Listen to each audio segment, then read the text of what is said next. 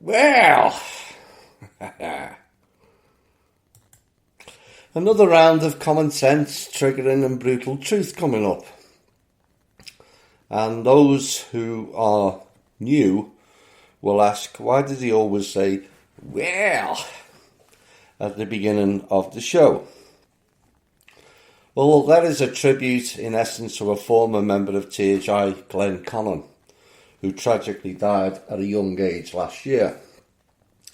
But his girlfriend, Angela Efkin, also a member of THI, soldiered on despite repeated cancer and tumour surgeries. But Angela succumbed to her own illnesses this month, as I found out this morning, at the age of 49. Now, all at THI will mourn the loss of Angela, but many of you will have memories of Angela that will live on. My own special memory of her and Glenn is when they turned up in Durango and we went to a certain lake reservoir where they both tested the veil themselves. They were so excited. That was one fun day. But little did we know then that less than 3 years later, both will be departed. I don't think they ever recovered after a certain meeting with a certain person in Durango. And karma will be paid back and forward. And so thoughts go out to her family and friends, reunited with Glenn again, and we wish you happy travels together. Right, we'll get into the news. The first two pieces tonight were in the society news section in the past, and that covered the programmes that were being ran upon us. But with the convergence unfolding right now, all is being blurred into one, including shows. Even I'm struggling to remember which show, whether I've done it, whether I've written it, and whether I've got to do it. It's just blending all into one now. And that's good. But the programmes we highlighted in the past are being thrust into the now and are also now being covered in the mainstream media. And that is evidence of planting the seeds working. For those who are impatient on the feedback of the blueprint, should take stock of how things fold in a flow. It's all about planting the seeds.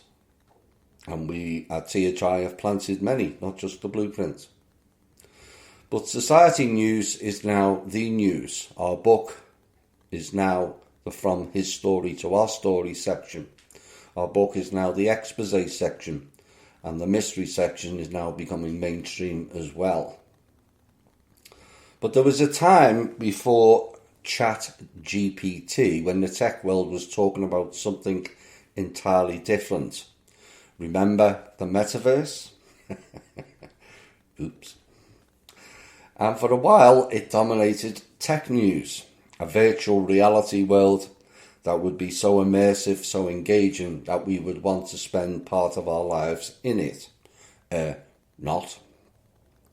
Now, driving the metaverse narrative was Mark Zuckerberg with a silent F.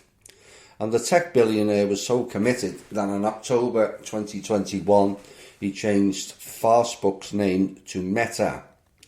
And the defining quality of the metaverse will be a feeling of presence, he said, announcing the change. Yeah, well, you might be present, but we won't be. And feeling truly present with another person is the ultimate dream of social technology. And that is why we are focused on building this, he said. Feeling truly present? In what reality, Mr. Zuckerberg? Just because you look like a cyborg does not mean living organic beings wish to follow you. But I digress. But in the metaverse, you'll be able to do almost anything you can imagine, he said. which generally on this world means we play out evil. Because doing good things in life is now classed as boring or being in a cult, it seems. Anyway, but almost 2 years on, Zuckerberg with a silent F and his vision of the metaverse is in big trouble. And this year he was forced to deny that he is now jettisoning the idea. A narrative that had developed that was somehow moving away from focusing on the metaverse, he said. So I want to say up front that is not accurate. Well, it's not working, is it? So you have no option.